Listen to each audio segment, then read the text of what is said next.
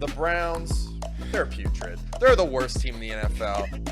The 2024 season is over. Lamar Jackson can't win the playoffs. He'll win a third MVP, though, so that's great. Drew Sample is the most important piece of the Bengals offense next year. Go Joe Burrow. He deserves to be MVP. I wish he was the Browns quarterback. Kind of mean that. If you're looking for the most reactionary, silly, and unserious show on the internet, then you're home. Live from Hamilton, Ohio, it's Off the Bench by Chatterbox Sports on 1410 ESPN Radio.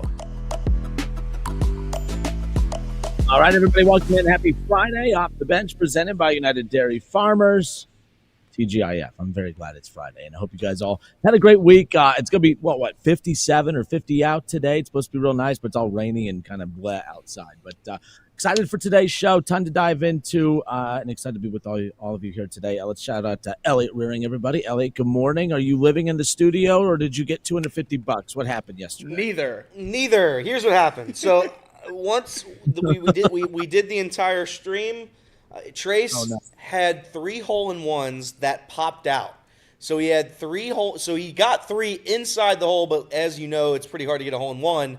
If you hit it too hard, yada, yada, yada, it's just going to bounce right out of the hole. So he actually got within the hole three separate times. He was all around it the entire stream. I thought he was going to get it. I think we were 2 minutes into the challenge, and I was in trouble. I was in big, big trouble. But at the end of the day, I did win. He did not get a hole-in-one in an hour.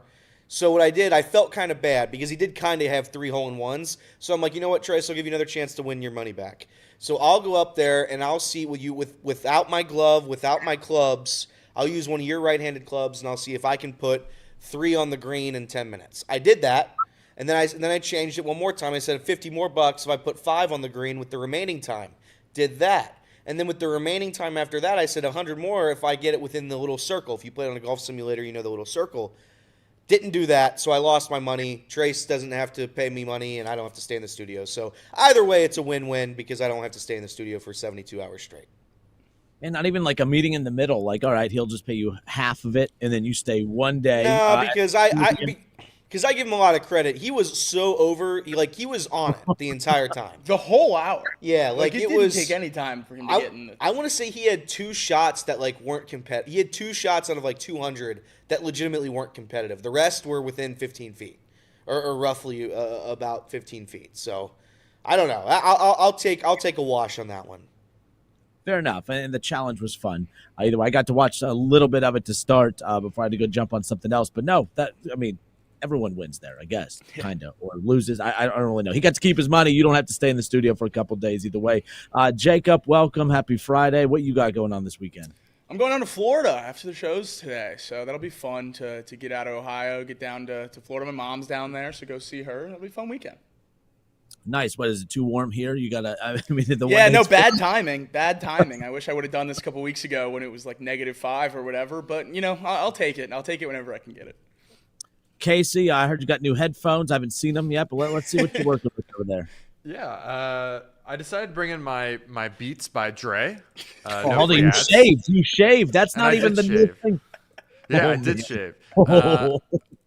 Headset was bothering me. My beard was bothering me, so to both of those and brought in my own stuff and my clean. Well, it's not really clean. It's just trimmed up. Beats by Dre, face by Casey. That's right. Yeah. So that's new. That's what's new with me. So the babyface movement in there. I mean, when Elliot, when you went babyface last month, I think it was. I mean, when that camera, I was like, whoa. Jacob, I don't think I'd recognize you. Yeah, maybe I jump scared. I've never seen Jacob without it, not one time. I would really one time like to see him without it. Maybe. Just so I can stare at it. Maybe we'll work that out. Maybe I start betting my facial hair. That's what we need to do. Well, various points. I'm not going to be the only person that bets in here anymore. We got other people that can bet. I'll tell you right now, I will never bet 3 days in the office. I will never bet. Well, to be fair, I didn't even really do that. And I was locked into that, so I couldn't get out of it. But I did not want to do that. Jake, I think it was in the middle of the Bengals season. I can't remember. There's about 7 games left or whatever. Yep. And I think you would bet if the Bengals win out, you would have, eyebrows and everything, correct? Yeah, it was all facial hair, beard, mustache, eyebrows were going to be gone. And all they had to do, looking back at it, was beat the Steelers, because it was right before that Steelers game. I said, win out and make the playoffs, and they did everything but win that game. So I could have been hairless. I didn't realize it was that close. Yeah. I didn't even think about that, to be honest, because once they lost that, I'm like, oh, that's... They lost literally the first game after I made the bet, so it didn't feel close ever. Yeah. But then they won out. But either way, off the bench, presented by United Dairy Farmers. Happy Friday, everybody. Ton to get into. Again, not to be too repetitive, but we've been talking about all the possible moves that the Reds can make. We've reacted to the moves that the Reds have made, but sounds like they might be done. Thanks to a quote by Nick Kroll recently. I know Marty Brenneman dialed in with Tom and Luke yesterday. He had some thoughts about the Reds' possibilities or chances, probabilities of winning the NL Central. We'll get to that coming up here in a bit as well. We've talked a lot about the Bengals and their upcoming offseason, but let's add a new wrinkle, because Joe Burrow had a lot to say about what the Bengals need to do this offseason, and some media hits that have kind of been making its rounds on social media from yesterday. So we'll get to that coming up around the corner as well. But let's kick it over to Elliot for Elliot's headlines, and let's catch up and see what's kind of going on around the world of sports. Elliot's headlines. Score updates, breaking news, local and national headlines. Whatever's going on in the world of sports, Elliot has you covered. Off the Bench brings you Elliot's headlines. Yes. You can't do too much with it. You're right. College basketball. Mick Cronin, since ripping his team in a post-game press conference, they've won 5 consecutive games, including last night at home against 16th-ranked Oregon. They beat them by 26. 26 points they beat Oregon by. They've won 5 in a row since Mick Cronin ripped his team openly. Turns out that kind of coaching works. I don't know how it works, but it works. Nebraska, they beat Illinois at home 80-74. Ohio State, they take care of Penn State 83-64. Penn State can't beat them in anything. We go to NBA. The Trailblazers, they win by 30 against the Magic. The Grizzlies, they win by a point against the Rockets. The Timberwolves, they win by about 30 against the Jazz. The Cleveland Cavaliers, 137-115 over the Atlanta Hawks. It was Darius Garland with 26 points leading the way for the Cavs. Mitchell had 24. The Lakers, they won a game by 40 against the shout out to the Wizards. The Wizards might be one of the more forgettable franchises in sports. Oh, for sure. They've got 6 good wins on the year. 6 wins. All they've ever They've had played is John 47 Wall games. 40-year-old Michael Jordan. Yeah, that's crazy. That's it. John Wall's the second best player in John franchise. Wall's awesome. That's wild. NBA All-Star lineups have been revealed, so I guess I'll read those. From the Western Conference, Steph Curry, SGA from the Thunder, Nikola Jokic, Kevin Durant, and LeBron James. From the Eastern Conference, Jalen Brunson, Donovan Mitchell, Karl Anthony Towns, Giannis, and Jason Tatum are the starters. The reserves from the Western Conference, Anthony Edwards, James Harden, Wemby, Jalen Williams, Alperen Sengun. Did I get that one right? Alperen. Okay. Jaren Jackson Jr. and Anthony Davis. From the East, it's Pascal Siakam, Evan Mobley, Jaylen Brown, Hero, Lillard, Cunningham, and Darius Garland. Outside of that, that's pretty much it. I was doing some detail. 2 major snubs in the NBA All-Star that people are talking about. First time ever the leader in fan vote at their position didn't make the All-Star game. LaMelo Ball was the Eastern Conference leader in backcourt voting. From the fan vote. Really? Didn't even make the team as a reserve. So it's the first time that's ever happened since they started incorporating fan vote. And then Trae Young was snubbed again this year. He's the first player in NBA history to be snubbed twice with 25 and 10 points and assists. Wow. How about that? LeBron, this is what is... Only thing count? crazier than 20 All-Stars is 21 All-Stars. Is he a 21-time All-Star? He sure is. He's made it every single year except for his rookie year. That's right. Where he won Rookie of the Year. Correct. That's crazy. Yeah. I mean, that's just crazy. Outside of that, I don't have a ton else, Ken Dog. I saw, did Joe Burrow win that thing last night? I think he had the best score of the precision passing, but the AFC lost. You add up the 3. He also got screwed on the trivia portion. Everyone else got 90 seconds or 2 minutes. He only got 60 seconds. Really? Yeah, they just gave him like a minute less time, which was kind of bizarre. And he was like mad about it, which I thought was funny. NFL's always out to get him, man. Yeah, right. Look, even in the Pro Bowl games, they can't give the Bengals a fair shot. No, you guys talked about that. The NBA continues just to plummet in popularity and ratings, and I wonder why. I mean, the leading vote getter for that position with LaMelo Ball, and he doesn't even make the All-Star game. Look, I don't know. I'm not super high on LaMelo Ball to begin with. He's fun to watch, but it's just funny that the league that, is trying to find ways to appease its fans, tell the fans we don't care about your vote in this particular situation. Yeah. But either way, nonetheless. All right, off the bench. Presented by United Dairy Farmers, Chatterbox Sports on YouTube, ESPN 1410 Wing AM, and Dayton. A couple other things to take a look at here just around the world of sports. A couple of one-year deals in Major League Baseball. We might have touched on this throughout the week, but Max Scherzer signing a one-year deal with the Blue Jays. You obviously have Justin Verlander signing that one-year deal with the San Francisco Giants. It's interesting seeing these names that have been around for a while, but signing these not vet minima, but just these veteran one-year deals to help bolster bullpens and bolster rotations and lineups and stuff all around baseball. But Max Scherzer to the Blue Jays, I thought was an interesting move. Yeah, I think they've been desperate. The tires on any big game. They've been desperate. That's hit free agency and finally land one, I guess, and 40-year-old pitcher. Shout out Vlad. Maybe that's enough for him to re-sign. Isn't that what all this is for, right? So they can show that they're trying to win and then get Vlad to re-sign. We'll see how that goes this offseason. Good for the Blue Jays. I mean, if they want to – I would say that a lot of their team wants to leave, but if they want to keep doing this, then that's fine. Scherzer's deal was what, $15 million I saw? Right around there, yeah. $15 mil. You got paid, what, $50 by Cohen 2 years ago? I think that if you look around the league, I think these contracts are kind of crazy, but it is what it is. I did think the Reds were going to get Pete Alonso last night for about 5 minutes. That was a fun 5 minutes because I also was in there. I thought for sure it was going to happen. I never had a doubt that it wasn't going to happen until Nick Kroll. I saw the comment come out about 3 minutes later that we are not getting Pete Alonso. Yeah, our roster is pretty good. Our roster is set. Well, yeah, and I remember, the Reds were linked to Pete Alonso a little bit last year. There were rumblings that would be a name to keep an eye on, in the offs. Actually, it was technically not this, past. It was the season before, talking about, life after, Reds life after Joey Votto, of course. Alonso could be an option there if they were looking at him this past off season. People talk so much about getting, an outfielder that, has power. You just need power from somewhere and somebody. So if they did kick the tires there, you get Austin Hayes in the outfield, but of course you get the power from Pete Alonso if it worked out. But we all knew once they made the move for pitching and hitting and all that the Reds were probably going to pump the brakes a little bit. We'll get to that. I want to get to Marty's comments about his outlook on the Reds for this upcoming season. A couple other things too to throw out there. WNBA to Tennessee possibly. I saw Candace Parker and Peyton Manning part of joining an investors group to help bring a WNBA team to Tennessee. The only reason I found that interesting, one of my favorite coaches of all time is Pat Summitt, and the name that they would throw out for the team would be the Tennessee Summit, in paying homage, of course, to Pat Summitt. I thought that'd be a pretty cool thing to do. But Pat Summitt's one of my all-time favorite coaches. That's pretty neat. That would be cool. I feel like Tennessee's always right there in that list of, Nashville to get a team. So that would definitely make sense if they're looking to expand.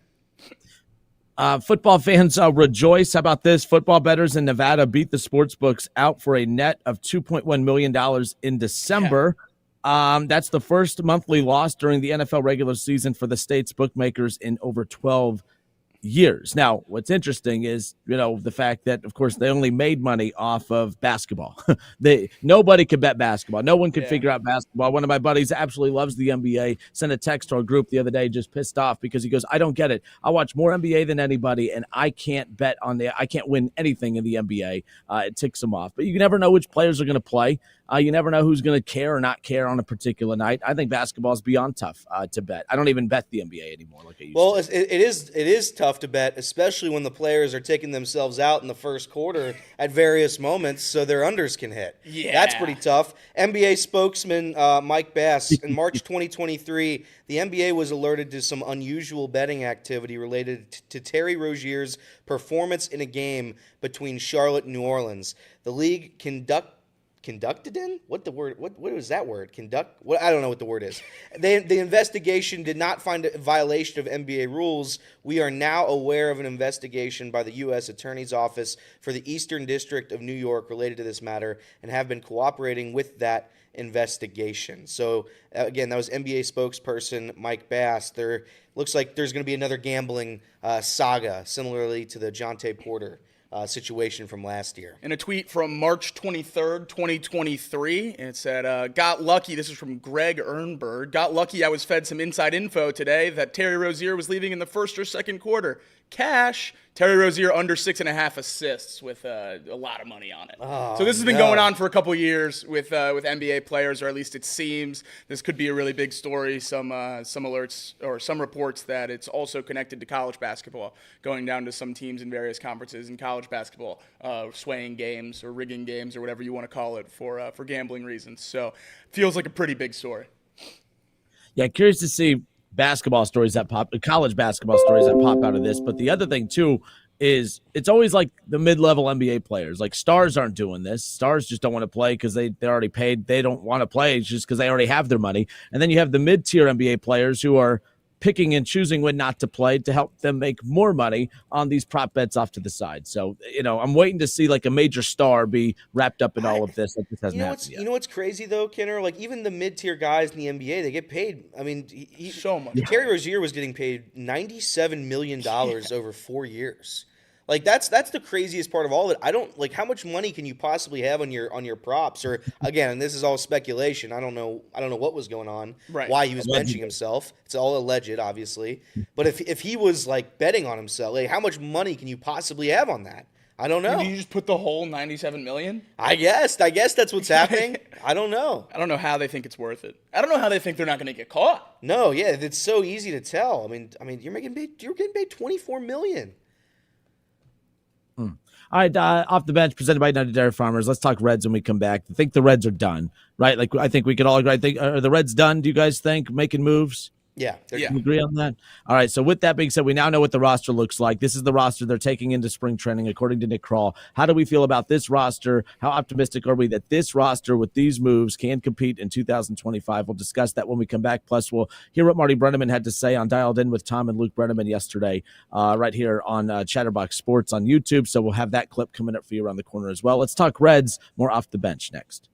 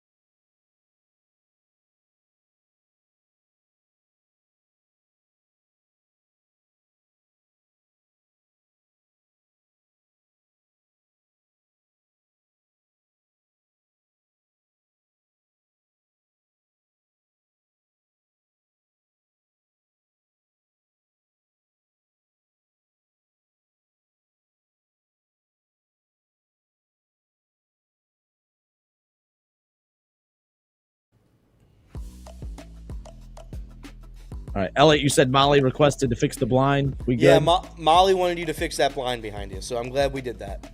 All right, well, there you go. I think it's good. Yeah, I think we're good. All right, off the bench.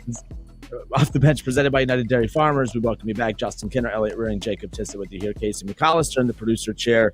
Happy Friday, everybody. So we've talked a lot this week about the Reds. I mean, we were very negative and down on this team for a bit. And then for whatever reason, Nick Kroll and company decided that this was going to be the week that they just started really hammering it home and making some moves. Like spring training's just not too far off in the distance. The first spring training game is less than a couple weeks away. I mean, about 3 weeks away. So we're getting close. As far as that goes. So it doesn't surprise me that they started revving it up a bit, but we are glad that they did, because for a minute it's like, okay, they got Terry Francona, they go get Brady Singer, the Gavin Lux news, and then we thought, okay, well, that's probably all they're going to do and just really rely on some of the familiar faces from the last couple of seasons, taking that step forward. As going into year 3, just that extra year experience could be what you need to help bump this team a little bit. But they kept going. A lot of moves this offseason without that big splash move, of course, but sounds like Nick Kroll says that, okay, this is probably going to be the roster, that they're probably done making moves and that this is most likely going to be the roster that they take into spring training. So with that being said, assuming they don't make any more moves, the roster is set. We now know who's going to be in the mix for the rotation. We know the names that are going to be in the mix for the bullpen. We took a look earlier in the week at what the lineup is most likely going to look like against right-handed pitching and left-handed pitching. And then we know the manager and his resume and everything he brings to the table, and Terry Francona. How are we feeling about this Reds team? No more speculating about Pete Alonso or speculating about Luis. Is it Robert? Robert? I heard. We don't know. Marty, There's He's no not way of coming. knowing. He's not coming to the Reds. There's no way of knowing. Yeah. we don't need to learn his name, so that's Nope. good. But we don't have to speculate about that stuff anymore. How we feel about this iteration of the Reds heading into 25? This is kind of what I felt last year. There's not a ton you can add because at some point you have to rely on the players that you already have. Yeah. You have to rely on CES. You have to rely on Matt McClain to be better than they were, or at least be available, right? So I don't expect them to completely overhaul the roster. Not to mention, even if they could, they wouldn't because they don't have money. So it's like I expected not a ton. They've done more than I thought they would do. They have done.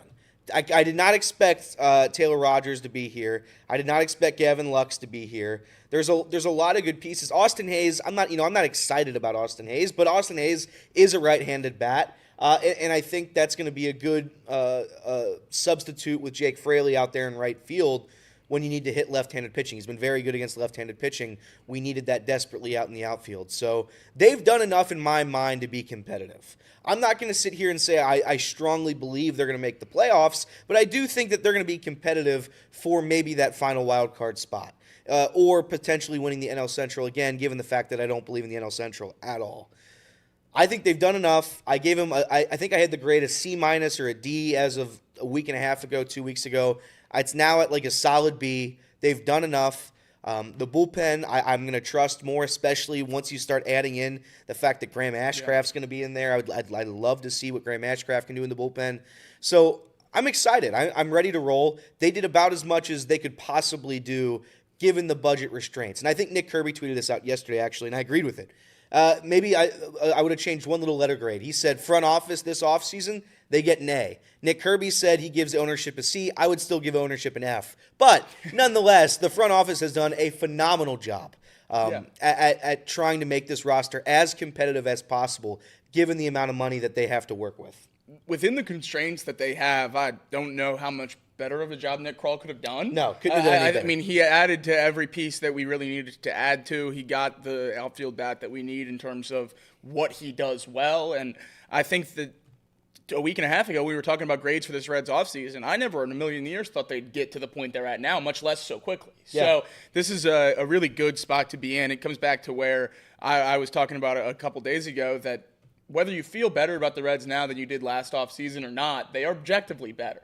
So you have to have some level of confidence in that going into this season. If we all were banging the table that this is a playoff team going to compete for the Central last year, we should at least have some relative semblance of that optimism this year. Yeah. Because the team is better. They just are. So we'll see what happens. Craig points out in the chat a couple times that Nick Kroll said we're done adding until camp. This is probably your team going into camp. He said there's a couple 40-man spots left, so they could still add a couple pieces during camp. But as you said earlier, to kick off the segment, I don't think anything like a Luis Robert or a Pete Alonso or anything like that's in the cards. Maybe at best another Austin Hayes type signing from a guy that gets moved on from or something like that. But this is more or less going to be the roster. And honestly, I'm happier with that than I thought I would ever be. If I would never in a million years thought I'd be happy with the Reds' January roster going into the season. And I saw a bunch of people on Twitter or X. It's all happening on X. It's the Everything app. I saw a bunch of people arguing, and I think there's still the negative fans who are saying you didn't add the power bat. You needed the power bat. I think, and I agree with that to an extent, the Reds aren't able to probably pay power bats. I hate to say that. They just, the owner, this is not an excuse to the ownership. It's why I just gave them an F. But the fact of the matter is we knew that going in. They added just about everything they could add with the exception of a guy that hits 40 home runs a year that's going to cost $20 million a year. Or at least $15 million, $18 million a year, whatever Santander got. So I understand the frustration there. But you're also, again, goes back to what I said at the beginning. It's you're betting on Ellie De La Cruz, CES, Matt McClain to all hit for power. You're betting on other power sources in the lineup opposed to go out and signing something. Jeimer Candelario in I would say minimal healthy games last year hit a bunch of home runs. 20. He had 20 home runs and minimal and he was hurt for a large portion of that season. I'm not going to write the Reds off yet because they don't have a quote-unquote power bat. I think you can get power numbers from the guys we have out there. At least I believe we can. I'm still not as big of a CES guy as everybody else is. I don't even think that is a good way to put it. But I do think that he's capable of having a 25 home run season. I think Ellie De La Cruz is possible of having a 30 home run season. Matt McClain, I don't know what he's capable of because I haven't really seen it yet, but he's a damn good baseball player. So there's a lot to be excited about, and I don't think you need to focus on the negative just yet. Now, if it comes to mid-June and the Reds are dead last in home runs and in runs scored, then we can criticize. We can look back and say clearly they need something else. They need help. But I don't think that's going to be the case. I think they're going to be competitive. I think the offense is going to improve. I think the base running is going to improve. I think the pitching is going to improve. And I think it's a better all-around ball club. A lot of that, the base running aspect, the fielding aspect. I know this whole time when we talk about the offseason, we're in this room trying to downplay the Terry Francona thing, and I think that's a good way to do it. I think that's a good way to go about grading this offseason. You don't want to give so much credit to just hiring a manager. You say that's going to change your whole season. But a lot of the problems the Reds have are fundamental issues, are stupid mistakes, if you will, young mistakes from a very young team. And I think Terry Francona does iron a lot of those out. When we talk about these other various baseball minds saying the Reds have one of the best off seasons in baseball and putting Terry Francona as number one reason. And I mean, though I do think that's a little bit ridiculous, I don't think it's completely off base. I mean, he might be able to get you, a handful of wins or a little bit less. And even if he coaches these guys to play better, though he's not the one, converting to wins, these guys are just raising their floor and coming along with a much better manager so the team's better overall. I think the Reds have such a long way to go in terms of ability to grow to where their ceiling is with a lot of the pieces on their roster that I don't know that we can really project this year because who knows what a 23-year-old Ellie De La Cruz is going to do. Maybe he, burst through the glass ceiling, and he's even better than any of us expect right away. And Matt McClain comes back from injury, and he's everything we saw the first year. And then this team is a playoff team. So I think a lot of stuff with what Terry Francona can do is budging that ceiling maybe even up a little bit for a lot of these young guys. Yeah, and the thing with Terry, too, is the fact that not all of the impact that he's going to make is just decision-making in games. It's going to be the attention to detail. I mean, he's talked so much about, of course, putting emphasis on the fundamentals. When you put the emphasis on the fundamentals and you see the improvements that they've made, I mean, we talk so much about the additions and the offseason of what they mean for what this team could do when they have the bat in their hand, but a lot of it is defensively, too. I mean, Craig and Kirby have talked about this on Chatterbox Reds. When you look at the additions of these guys, how much better this team is going to be defensively this year. When you are cleaning up the errors and when you are getting off the field quicker and not allowing, of course, your pitchers to have to stay out on the field longer and throwing extra innings and just that wear and tear, those things all play, it's a snowball effect. You start, cleaning up the game, you start playing cleaner, all of a sudden you start using less of your pitchers that way. I think there's a trickle-down effect as far as how the importance of some of that is going to go this upcoming offseason. Let me ask you guys this.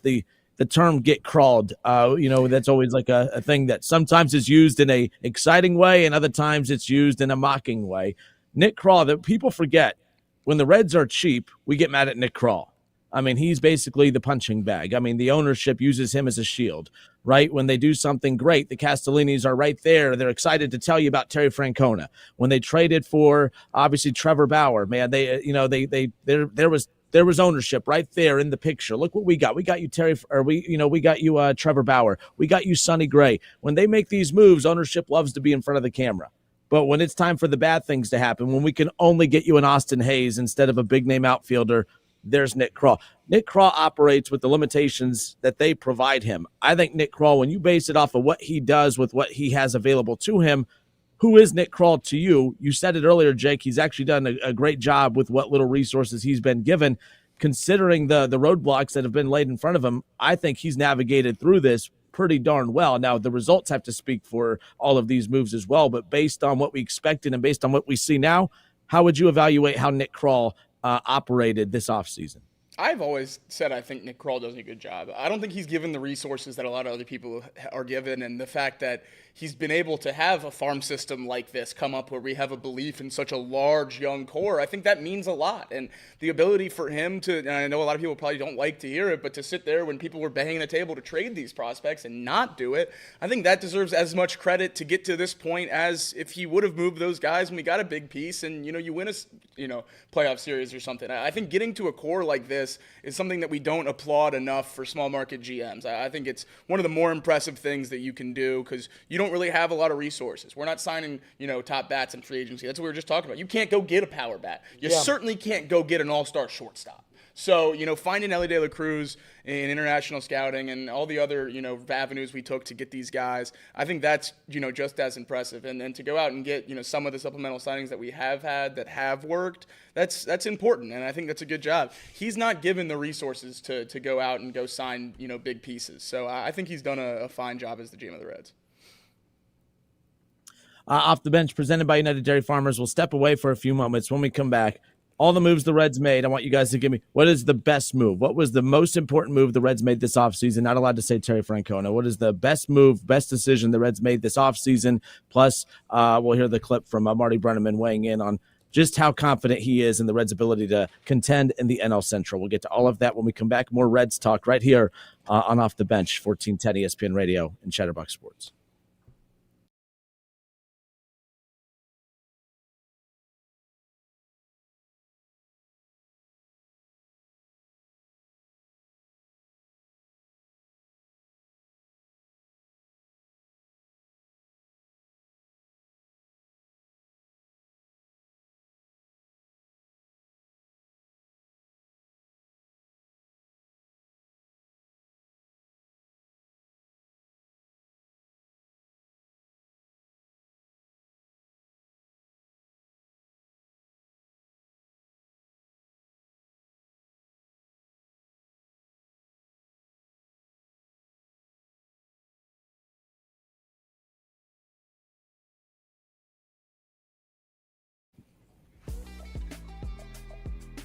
All right, and we are back off the bench, presented by United Dairy Farmers.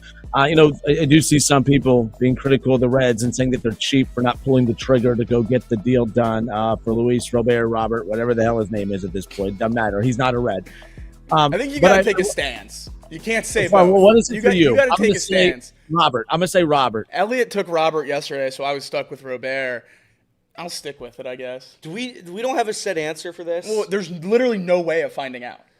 Yeah, I mean, I guess I could look it up. Marty said Robert yesterday, or he said a form of it. I don't know if it was Robert. It sounded similar to that. I don't know. But the point is everyone's saying the Reds are cheap because they didn't pull the trigger on it. Well, there's a lot of teams that need an outfielder with power. Robert? I think it's Robert. But again, we aren't entirely sure. Yeah, so there's a lot of teams out there that need an outfielder with power. The Reds aren't the only one. So if the Reds are cheap for not pulling the trigger on it, that would make sense if others lined up right behind him and did it. If another team swooped in and got him for just a mid-tier prospect and maybe another player or whatever, then I would be like, yeah, I think the Reds could have pulled the trigger on that. They're just being cheap at this point. But no other team is stepping up to acquire his services either, which means the White Sox the asking price is probably too high. I'm not down on the Reds for not pulling the trigger on that move as far as that goes.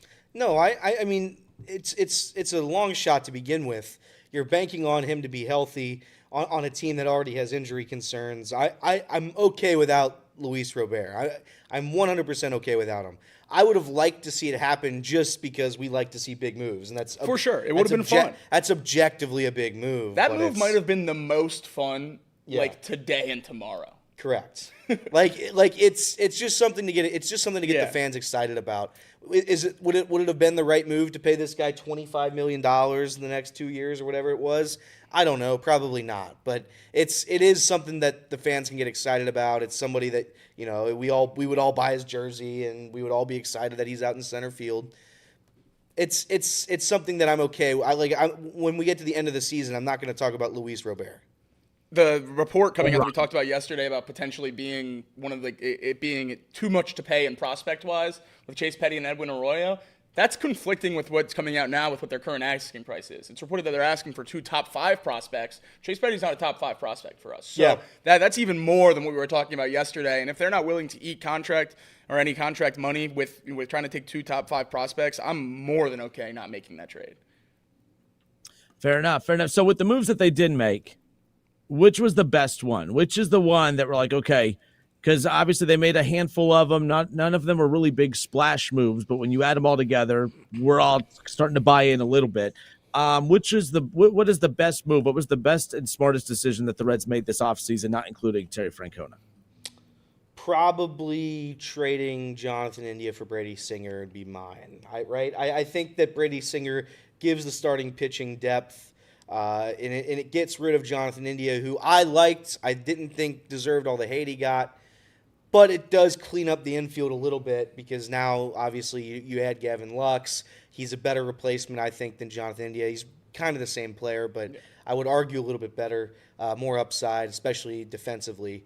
I would say that was a big one to me because it's the same issue with the starting rotation every single year in September where Andrew Abbott's not there and Nick Lodolo's not there, and it's just you're fighting to hang on. We had, I think our starting rotation for 3 of the last 6 weeks was guys we've never heard of. We literally didn't have a starting pitcher. So to have that addition of Brady Singer, a guy who's pretty damn solid in Kansas City, I think that was the biggest one for me. That would be my answer as well. But to go a different route, I think one that's not being talked about a lot because he will probably play the least out of the big additions. But I think Jose Trevino is an awesome addition for this team. That's a good one. The jump from Luke Maile to Jose Trevino as your backup catcher is unbelievable. And we've talked about it a lot on this show, but I think Tyler Stevenson is absolutely part of that core. He proved it last year how important of a piece he is, how good he can be. But to have a backup catcher and allow him to kind of go back and forth through that DH role a little bit more because you have a guy you believe in, I think that is incredibly valuable. Not even to mention that Jose Trevino is one of the best defensive catchers in baseball. I know he's not the most impressive bat, far from it, but he is one of the best defensive catchers in baseball. And when you put as much money as we have and as much draft capital as we have into our pitching staff, having a great defensive catcher as the backup is very important. And I think Jose Trevino will certainly help this team win more than a couple games this year. I think that's a really underrated one that people aren't talking about.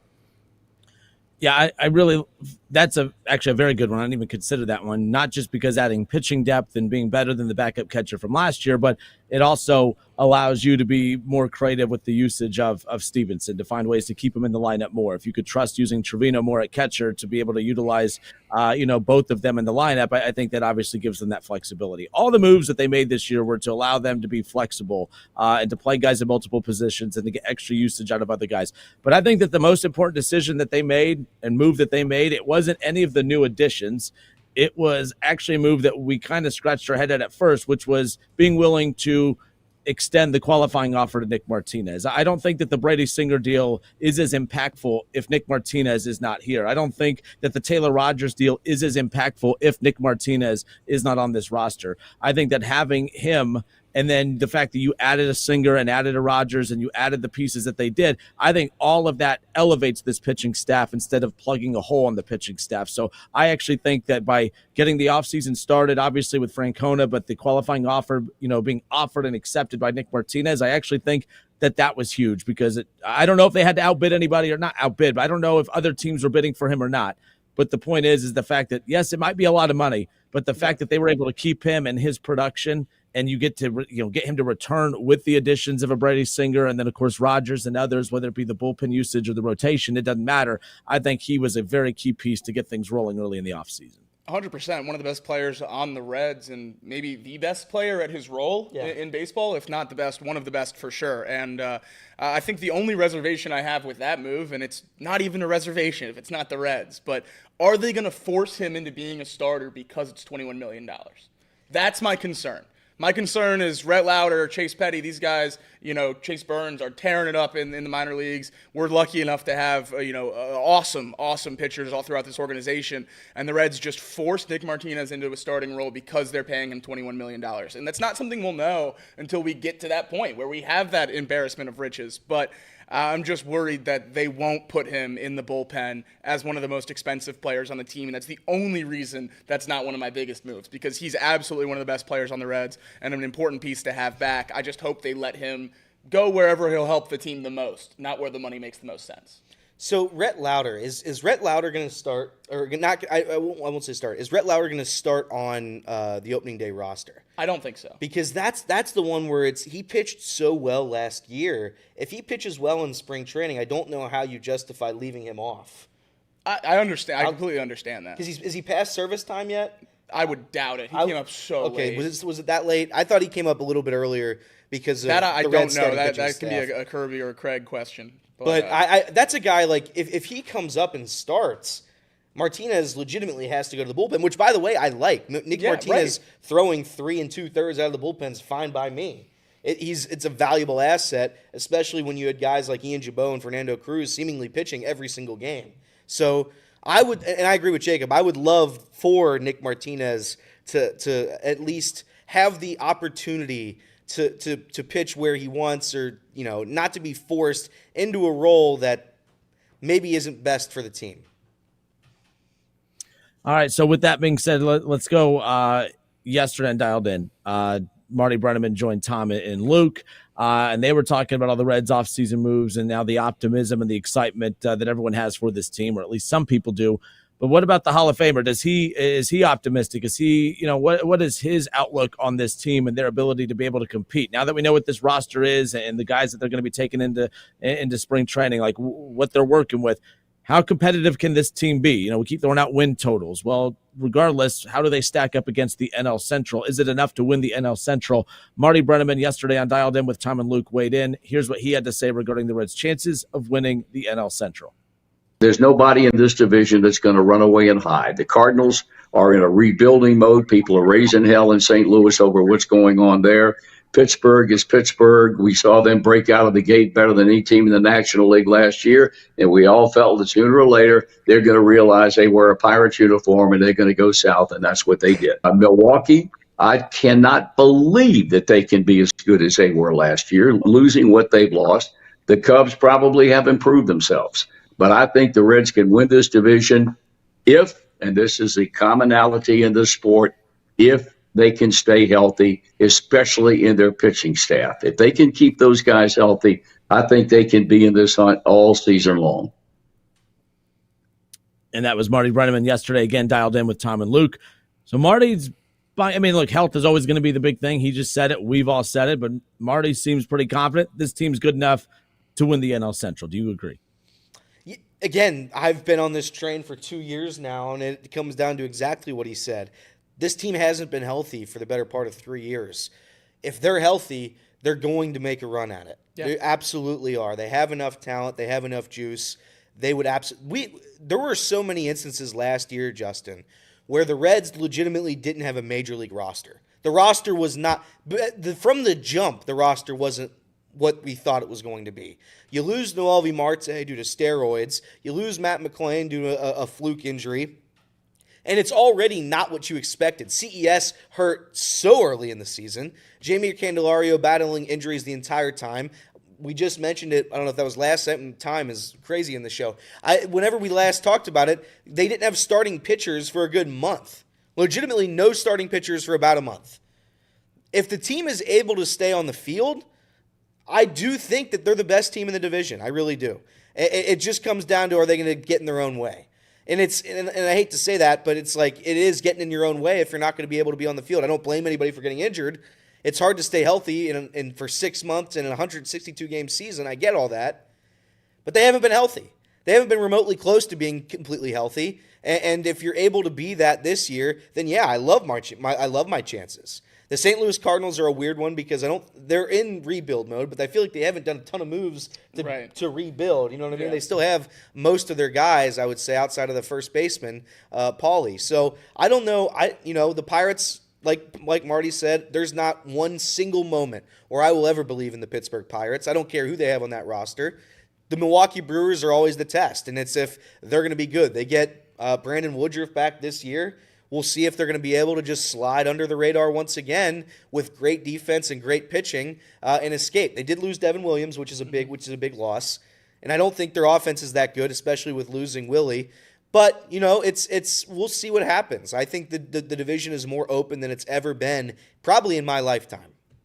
Yeah, I think that's kind of why we sat here all offseason and begged for one of those big moves, is because it feels so open. And it feels like this is a point where the Reds can attack and have some success without winning, 95 games or something like that. That feels impossible. So I think that's why we've held on to these last couple off seasons and trade deadlines and everything so tightly, because we feel like we finally have a chance, a fighting chance to get into the playoffs, win the division. And once you're in the playoffs, anything can happen. We've seen that the last, couple of years, and obviously going back a long ways with, any team getting in. It doesn't matter what payrolls are. Once you're in the playoffs, you can make something happen more often than not. And I think that's why the tune around the Reds, obviously Ellie and McLean and everything changes stuff as well, but the tune around the Reds has shifted as well, because just you feel like you have a chance, and we haven't in a while, and hopefully these additions give us a reasonable shot. Yeah, again, every year it's like, man, can they contend for the wild card? Can they get that last playoff spot? Can they sneak in? Well, I don't want them to just sneak in. I think that if you're struggling to win the NL Central, that means you're going to have a lot of flaws to begin with. And, will you be a true playoff team to begin with? I think expecting them to be in the mix for the NL Central is a fair expectation for this team as we sit here, as we close out the month of January. But talking about how important health is, that's why Nick Martinez being versatile is important too. If you put him in the bullpen, an injury, he comes up, he's a good starter. So, that's certainly not a bad thing to have. And not just that, but like what Elliot was saying too, if Rhett Lauder, because that's the thing too, it was September. Not that diminishes it, but it was 1 month. What if he struggles in spring training? Then it's like, okay, well, we see this, there's promise there. We saw it, in September. But if he has a dominant spring, that's a good problem to have. If we're having to take if we have to take a pitcher that's making $21 million and put him in the bullpen because Rhett Lauder is pitching lights out in spring, that's a good problem to have. And if Rhett Lauder looks like a guy that needs to start in Louisville to start the season, that's a good problem to have, because Nick Martinez will be right there to take some innings in that rotation. And I think that Swiss Army knife approach with him, I think brings that value of 21 million, 22 million, whatever it is. Do you still think, by the way, now, so I earlier said I was a big fan of the Nick Martinez move because of that. Would this team have been better suited, though, for that 21 million to be used elsewhere? Now, people think that 21 million would have been used on one. I don't think that 21 million would have been locked to one player had they not done the deal with Nick Martinez. I think, could that 21 million have been dispersed to multiple other players, or could that have been the difference in getting a Luis Robert deal done and not? Many are saying it's Robert now, by the way. Damn it. The Baseball Reference and his own pronunciations are different. How are we going to figure it out? How are we going to figure it out? We're done with the Luis Robert. I think the $20+ million conversation with Martinez is very similar to the T. Higgins conversation we're having with the Bengals, where if they pay him $28 million, if they don't pay him that, they're not going to go sign another blue chip free agent. The only chance you have to sign a blue chip free agent, or the guy that costs that much money, if you don't consider those guys blue chip free agents, is to extend a guy you have in-house, and that's a qualifying offer in the MLB, and that's how they got a guy like that. We saw how much pitchers are worth on the open market, good pitchers that had seasons as good as Nick Martinez, and $20 million is what they're worth. So I think this is what the Reds' best chance at getting a top player in free agency is to do a qualifying offer like that with Nick Martinez. I think they're going to go spend $30 million, $20 million on someone else is, I think, foolish. That would have been 3, signings of mid-tier guys, or even 2. I don't know that they would have even spent all that money. Would you have traded the Nick Martinez deal for a Santander deal? Because I think, how long? I'm not doing the Blue Jays Santander deal. The issue probably would have been that he wants 5 years. I'm not doing a 5-year deal with him. What if we could have done like 3 years with an option or something like that? That's tasty. That's scrumptious. For 18 mil, it's just like, that's yummy. You guys have been telling me the taxes in Canada are higher, so it's like maybe we can get him for even less. I don't know, but that's the one move where I still have a little bit of doubts about. I like Nick Martinez. I love him. I don't know about $21 million, but, I do like him. All right, speaking of T. Higgins, because everyone loves talking about should the Bengals bring back T. Higgins, or should they, get him an extension and all that. We've talked about that. But anytime Joe Burrow sits down with the media and weighs in on how the Bengals should operate, during this upcoming offseason, it's definitely going to catch people's attention. And Joe Burrow, when put in spots to answer these types of questions, he's never shied away from it. Joe Burrow weighed in on how the Bengals should approach the offseason with getting Jamar Chase taken care of, and just kind of questioning a lot of how it's been handled to this point. So let's get to that when we come back. We'll talk Bengals, Joe Burrow, Jamar Chase, T. Higgins. We'll talk it all. Don't go anywhere. More Off the Bench next.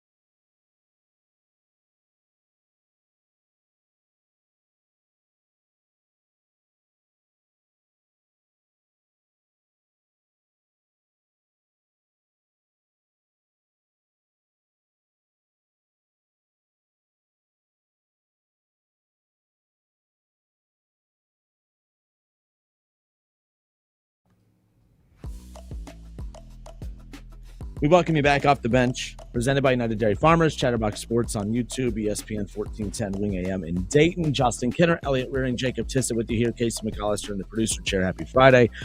Appreciate everyone tuning in, hanging out with us here today on this Friday. If you could do us a favor, hit the like button down at the bottom. It helps us grow the show, and you guys have helped us grow the show over this last year, so we appreciate that. But hit that like button. We'll get back into some Reds coming up here in a bit. I do feel like for the first time this offseason, the excitement starting to kick in a little bit. Although I do believe people are hesitant to give the front office or the Reds any credit. I think people are still like, well, we kind of like these moves. We feel excited about the upcoming season, but we don't want to give the Reds front office too much credit because we're still not happy at the lack of flair in the moves that they made. But we'll get back into that coming up because another important offseason that we're going to spend a lot of time on is the Cincinnati Bengals. I mean, look, the crossover between the Reds and the Bengals, very, very similar. They have their marquee franchise player. Well, I shouldn't say franchise player for Ellie because we don't know how long he'll be here, but we do know how much longer he'll be here at least from that regards. But you have this star player that the city has gravitated towards, and the success is predicated around them and how the front office goes about building the roster around them. We felt good about the Bengals' approach a few years ago. It's taken a step back over the last couple, and now we approach this offseason, and we keep saying it. Jacob laughs at it all the time when we say this is the most important offseason ever for the Bengals, but I understand why people are saying that because it's one thing if they would have made the playoffs and got upset in the divisional round, or if they would have made it to the AFC Championship game and got knocked out. All of the concerns about the roster, all about the decisions that they would have to make. The Trey Hendrickson decision, whether the Bengals made it to the AFC title game or missed the playoffs this past year, we would still be talking about what should they do with Trey Hendrickson's contract. We would still be talking about what should they do with T. Higgins' contract. We'd still be questioning why Jamar Chase wasn't taken care of last year. That became the distraction in camp. So the questions that we have about this team would exist regardless of what happened last season. But because they did miss the playoffs, it has put a magnifying glass on every decision that this front office is going to make moving forward, because it's not just about taking care of the star players they have. It's about the pieces that they have to put around those star players to make sure what happened this past season and the year before doesn't happen again moving forward. And if we can weigh in on it, we can hear national prognosticators weigh in on it. We can hear national media, local media, everyone could weigh in on it. But when Joe Burrow speaks, that's when everyone goes silent. Everyone listens. Obviously, Joe Burrow's been, in the headlines a lot right now with all the Pro Bowl games and everything else kind of going on. Take a listen. Joe Burrow kind of weighed in, kind of scratching his head the way everyone else is. What more does Jamar Chase have to do? Take a listen. Yeah, everybody sees it every single week in and week out. He continues to make unbelievable plays, make people miss, score 50-plus yards, touchdowns. I mean, I don't know what more he could do to show and prove himself. We have several guys like that who have stepped up for us and deserve to be paid what they're worth. Deserve to be paid what they're worth. You know, when he said, like, what more does Jamar Chase have to do? To be fair, I'm not defending the Bengals here, but I don't think it's about Jamar Chase. There's nothing more he can do. In fact, it's all the stuff that he's done that's created this problem for the Bengals, because if Jamar Chase was just one of the top wide receivers in football, they can get a big deal contract put together, and it would still probably be a pain because of the way that they operate with guarantees and all this stuff. But it's because he's the best wide receiver in football that has kind of created this extra layer to the complicity of how they're going to put this contract together. So I don't think there's, like, Jamar Chase, there's nothing more he can do. It's not about proving it to the front office. It's about the front office proving to him and Joe Burrow and this team that they're going to do what's right by the players, especially elite star players that dominate the way that he has. Like I said, I just don't think that Jamar Chase has to prove anything more. It's the Bengals that need to prove that they can get this deal done, not the other way around. For sure. And I think the most interesting part of that is he's asked about Jamar Chase and what he can do to improve, or his contract this offseason, and the first thing he does is throw T and Trey Hendrickson in there too. We have multiple guys that play at the top of their position and deserve to be compensated. So I'm convinced, Josh Allen, Lamar Jackson opt out of the Pro Bowl, Russell Wilson, Drake may go. I'm convinced Joe Burrow just went because he knew he was going to get TV time to put pressure on Mike Brown. I mean, that's the only reason he's doing all this stuff this offseason. He's going to put as much pressure on the front office and ownership and as he possibly can to get this stuff done, because he knows financially it is possible. And if they don't do it, it's because they are cheap and don't have cash. Yeah, I think that we talk a lot about leverage, and usually the front office, the ownership, the team has the leverage over players. This is the moment where the players take control because they know what they're doing. Joe Burrow knows what he's doing when he's going on television and he's talking about contracts and how much Jamar Chase is worth. CeeDee Lamb got paid 4 years, $136 million, with a $38 million signing bonus. So much money that's guaranteed, and the Bengals are probably shaking in their boots that they're going to have to pony up and give that. But they absolutely have to, because there's no other option. There's no other option to keep not only the fans happy, but Joe Burrow in the locker room happy. Joe Burrow is probably the third most valuable asset in sports in this country, maybe. Fourth most, fifth most. He's a top 5 most valuable asset in the country. You can't upset him because it's such a bad look on your organization, such a bad look on your franchise, and he'd leave. So they know what they're doing. Jamar Chase is going to become the highest paid wide receiver in the NFL. I think T. Higgins is going to be here as well, and he's going to get paid. Probably he's going to be a top 10 wide receiver in payment in the NFL. And then you look at Trey Hendrickson, and you say, all right, this guy leads the league in sacks. The defense is bad. We got to pay the one good defensive player. And I know there's a couple more, but you got to pay the one really good defensive player that you have. The players know this, and they know that the front office knows it. So they're going to use as much leverage as they can. They're going to keep going on interviews. Probably they'll go on podcasts this offseason, and they'll talk about how much they're worth and how much they want to be in Cincinnati, and they would love to stay here for as long as possible. And hopefully that the Brown family will pony up and pay them. It's a leverage game. Sports is a business. That's the most important thing to remember here. It's a business, and right now the Bengals, to keep their business strong, have to pay the guys that bring all the eyeballs onto their team. And I think a lot of people, the thing that makes this conversation really easy for me in terms of extending T. Higgins or Trey Hendrickson, I see a lot of people talking about, percentage of the cap on offense with, Joe and Jamar and T all being paid as much as they are, and you don't want to have that much money in the wide receivers. Who else are you paying? Who else on this team right now do you see that you're like, oh, that guy's an extension candidate at big-time money? That guy is going to be a part of this future for sure. I don't see him. I really don't see him at all. I don't think it's about extension, though. I don't think anyone's advocating, don't give T. Higgins the money because you need to extend this guy. I think the mindset from some in the chat, or just that you're responding to, I think it's, well, don't give that money to him. Who do you give it to? Well, I think it goes to people who are on this roster. People want guys to come in, free agents, bigger names to come in and help bolster this roster. I don't think it's the debate of don't extend T, extend this guy. It's don't extend T so that you can use that money to go add talent on this side. I think that's where the premise is coming from. The debate through this era for the Bengals has been don't extend this guy to extend this guy. And that's why we got to this point, was not extending Jesse Bates to extend T. Higgins and letting Joe Mixon walk to get cheaper in the running back room to extend the young, offensive core. So I think they've operated this whole time in terms of don't extend this guy to extend this guy. And when you run out of a list of players on the roster that are worthy of an extension, I think it makes your life easier. If you can't hit in the draft, how do you let the very few people you've hit on walk out the door? I think that's the biggest piece is, will you just go sign free agents at all 22 positions? I don't think if you continue to draft well and have someone play well, at some point you have to reward them for that. Otherwise, why come to Cincinnati? If you're going to come play, exactly how we hope you're going to play, and then we let you walk. I don't think that's a very good precedent to set, and we've already said it a couple times. I also hate to keep saying it, but they've signed free agents the past 2 years, and most of them have been failures. Geno Stone, failure. Nick Scott, failure. Sheldon Rankins, failure. You go down the line, and it just we can say that we're going to save money for all these defensive guys that we're going to bring in, and they're going to be great. But what if they're not great? I know T. Higgins is great. We already have him here. I know Trey Hendrickson's great. We've got him here. I know what they're capable of. I've seen it. They've been on the team for a while now, and they've played at an incredibly high level. My concern, and it's always been my concern, that if you let T. Higgins walk, we're now messing with an offense that is the sole reason why they are in football games. The only reason. Sure, I would love to improve the defense too. I would love to, and I think they're going to improve the defense. That's why you go out and get a new defensive coordinator who's going to develop talent out of the draft, something that we've been unable to do. But if you mess with the offense, and then you have the defense who also stinks, and we're bringing in a lot of mystery players over there, then what is this team? What's the identity of the team?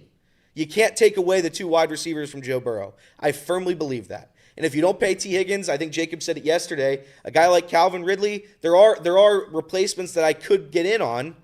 But again, you're betting on those guys to do what T. Higgins has done. And I don't know if they can do that. And I guess this is kind of, putting people on the spot because I don't expect in the end of January for you to have a good beat on NFL free agency, but who do you want us to go sign? The biggest name free agent available is Khalil Mack. You want, 30-year-old Hassan Reddick. I don't see a bunch of marquee free agents on the defensive side of the ball right now that are sitting out there for the Bengals to go spend $30 million on if they were going to do that, which I don't think they would. What is wrong? And again, I'm not advocating for Hassan Reddick, but again, if the Bengals did get Hassan Reddick, what would be the problem with that? I certainly wouldn't want a 30-plus-year-old edge rusher. That's why I'm already a little bit hesitant on extending Trey Hendrickson long-term. If you're going to rebuild an entire defense, I wouldn't put a lot of money in a multi-year contract in a 30-plus-year-old. The only reason Trey is kind of removed from that conversation for me is because he's been here and he's a leader in the locker room on that side of the football. It just sounds like, and again, I'm not arguing today. I'm too tired to argue. It just sounds like every possible scenario to improve this team, you guys have pushback on. Well, you can rely on the draft. Well, they don't draft well. Well, you can rely on free agents. Well, look at their hit rate in free agents lately. Well, they just give the money to T. Higgins then. Well, we saw the team miss the playoffs with Jamar, Joe, and T playing at an elite level. I think the conversation needs to be, it's like at some point it has to be, well, they have to hit in free agency. And I know that's very easy to say, but it's like the pressure's on. I know what you guys are saying based on the doubt you have for them to better this roster, but it sounds like there's no avenue to improve this roster based on every pushback that you guys give because you don't trust this organization to draft and develop. You don't trust this organization and their analysis on player personnel and free agency. So you're just saying just throw the money to T and just hope that those players develop. I think that's the pushback that some are having with your guys' take on that, only because and that's fair. At some point you got to better the roster with money and not just hope that they develop. I think the other point of it, though, and it's something I've talked about before, is the $30 million isn't going to another $30 million player. So I don't necessarily think paying T. Higgins – yeah, right. I don't think paying T. Higgins drastically changes how much the Bengals are going to spend on defense this offseason. And that sounds crazy because it's $30 million to a wide receiver and it cuts into the cap, and I understand that. They're going to make 2 or 3 mid-level free agency signings on defense, whether they extend T. Higgins or not. And I pretty firmly believe that. I think they're also going to sign a guard, and if T. Higgins walks, they're also going to sign a wide receiver. I think that's where the money's going. The money's going to another wide receiver. And maybe it's not the whole $30 million, but it's 15, 18, 20. So I don't know if a $10 million, $15 million difference in what you're getting out of T. Higgins versus someone on the open market at wide receiver 2 is worth it if the Bengals aren't going to go put that into someone else. If we're talking about trading for a real difference maker, like we brought up very briefly at the trade deadline, a Jeffrey Simmons, a Max Crosby, a Myles Garrett, if he somehow sneaks his way back out on the market, even though Andrew Berry said he's not going to, I would be more in on something like that because I think that kind of player could change the team. I just don't think the Bengals would ever make a swing like that. And I think that's why I'm so locked in on extending T. Higgins, is because he's the only blue chip player the Bengals can add to their roster this year. And it's not even an add. It's the easiest thing you could ever do. It's extending a guy that wants to be here. It's also their job. Where will the team get better then? Where will the team get better if they give, and not arguing, I guess I'm just throwing out these scenarios of, okay, they pay T, where do they get better? Yeah, so you obviously hope the pieces on defense get better. That's why you fire Lou Anarumo. He's not been getting them up to speed with what you want. But the other argument with that is if you let T. Higgins walk, doesn't the offense get inherently worse, so therefore the offense is getting better? No, I don't think it's just exclusively that. I think, and again, but that's what I'm saying. Like T. Higgins is an addition. Like that is an addition. The offense is getting better with T. Higgins as your wide receiver 2 versus whoever else you'd have this offseason. Yeah. I mean, like I said, I'm not saying they're better without T, but better if T's gone, the offense takes a step back. But if the offense takes a step back, where the defense takes a step forward, you meet in that middle ground.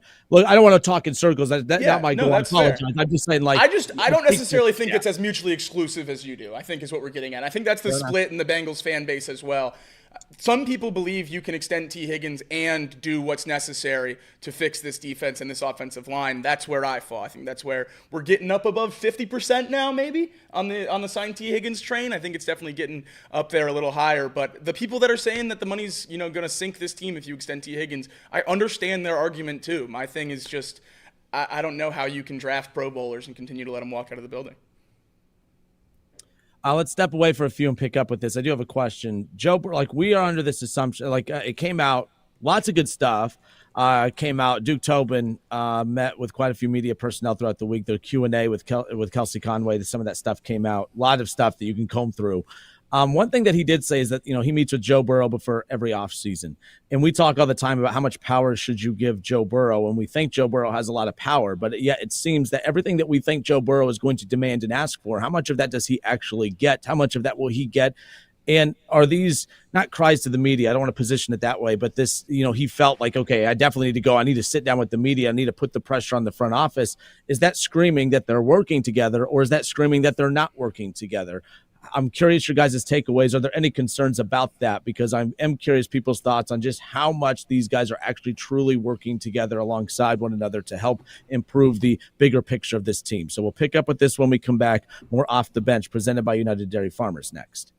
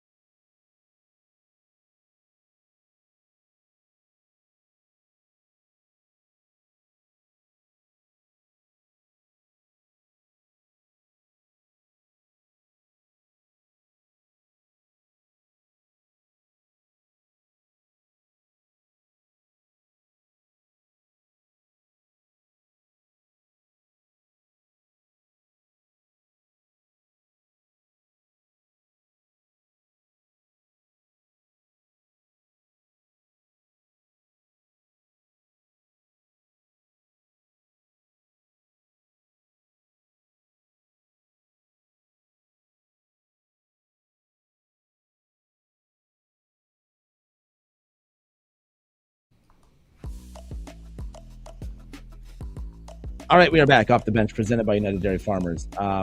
Joe Burrow last night, again, those comments, and I actually really respect what Joe Burrow is doing, coming out and having his teammates back. Some QBs, they get paid. We got, they get theirs.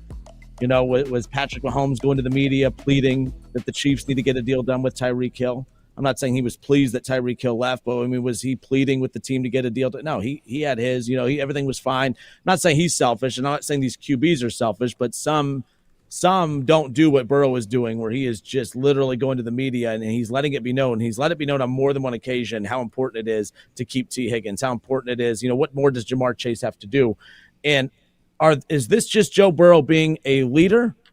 And the second part could still be him being a leader, but is this, or is it that he's feeling the urgency to plead and put the pressure on the organization through the media because they're just not getting the message from him? Duke Tobin said that they meet with Joe Burrow before every offseason so that they're all on the same page, but yet I have a hard time believing that Joe Burrow is signing off on the lack of moves or the lack of aggressiveness of getting a deal done with Jamar Chase, putting the franchise tag on T a year ago, knowing that would upset him. Like, I'm not saying Joe Burrow is signing off on these. I just have a hard time believing that if he's having these conversations with the organization, that everything is simpatico, that they're all doing what both sides want. And I'm not saying Joe Burrow should run the organization, but what have they done to truly make their quarterback happy in that regards? Because we just keep assuming all these things are going to happen because Joe Burrow's, why would they do anything to upset him? They're doing quite a lot to risk upsetting him. I'm just curious, how do you guys view his approach with the media of putting, signal flares out there of, hey, get this done? Why do you feel he needs to communicate through the media to get his front office's attention if they meet every year before the offseason? I think it's a little of both. I think it's Joe Burrow wanting to put pressure, but I also think it's Joe Burrow wanting to publicly be for his guys, being NT and Jamar's camp. I think he wants to be a leader for the team. So I do think it's a little bit of both. I don't think they're not listening to him. I think Reed had the take months ago where it's like, we don't want to let Joe Burrow run the franchise. We don't want to let him have control over everything. But it's no secret that he is a large part. I mean, he is the franchise. I mean, that's the crazy. He is the franchise. So whatever he wants, he should. Not that he should get everything, but I mean, his voice should have just about as much weight as anybody else's in the room. That's a fact. So I think it's a little bit of both. I don't think he's doing it out of spite. Like, I don't think he's saying this because I don't believe in the Brown family and I hate the Bengals and they're cheap. Excuse me, I'm coughing. I don't think that's why he's doing it. I truly do believe he's doing it just so he can be for his guys and maybe, if anything, just to speed up the process so we don't have a situation like what happened before last season, which is the deal didn't get done. They weren't ready to play week one. It was a major distraction, and it was a major factor as to why they lost that game. I still believe that. We're trying to avoid that this season. You had the T. Higgins requesting a trade. You had the Trey Hendrickson requesting retirement. All of that happened last offseason. Just so much noise. And I think he just wants to put out as many fires as he can. That's all that's happening here. I'm not reading too much into it. And I think the Bengals know they have to pay money. So I don't think anybody is too far off in anything right now. I do very much disagree. I think this is a level of desperation, and he thinks that he can make a swing in this front office and in this franchise by making his position known, because I think he thinks, and obviously conjecture, I think he thinks that if he doesn't speak, Trey and T are gone. Because that's how the Bengals have operated in the past. And if he makes his opinions known, he makes the trajectory for this franchise that he wants known, then I think that they have a better chance of bringing those guys back. And I think he knows that. I think he knows how much he means to the city, how much he means to the Brown family, to the Bengals organization, and I think he knows how much sway he could potentially have. If the Bengals were on the fence about extending T. Higgins or Trey Hendrickson, and Joe Burrow goes on a media tour talking about how important it is to extend those guys, I think it pushes them over the fence. Now, if they have their mind made up, it doesn't matter. But if they are on the fence, and maybe that's what Joe Burrow's recognized in those conversations they've had, though I think those conversations are probably more limited than any other star quarterback in front office in the entire NFL, as much as that pains me to say it. We don't even hear from Duke Tobin or the Brown family during the season, where we hear from many other GMs and coaches. So I don't know how often Joe's talking to them, but I think those conversations he might have got a beat that they were on the fence, that they weren't sure where they were going to go with these offseason moves, and that's why he's doing this. And I think if he did get that sentiment from them, then maybe this will make a difference. And I hope that that's kind of where it's going. Yeah, I just, like I said, like if so they have these conversations before the offseason starts. If Joe Burrow felt like there is some positivity in these conversations, if he felt confident that based on conversations on the offseason, and to be fair, maybe they haven't had those yet, but let's assume that they have, if they've had those conversations, if he felt confident about that conversation and trusted the process that they'd get it done, I don't see the need to go, like to Jacob said, to go sit down and use that media time to put that out there. He could have said things like, hey, I love playing with these guys. I'm confident that we're going to get this done. I mean, he's almost like pleading. It's the way he said things that got my attention of like, well, what more does Jamar have to do? What more does Jamar Chase have to do? I mean, that sounds like you're like kind of, putting that out there, not adversarially, but almost questioning your front office. Like, what are you guys doing? What more does this guy got to do to get paid? Why are we wasting time and dragging our feet on this?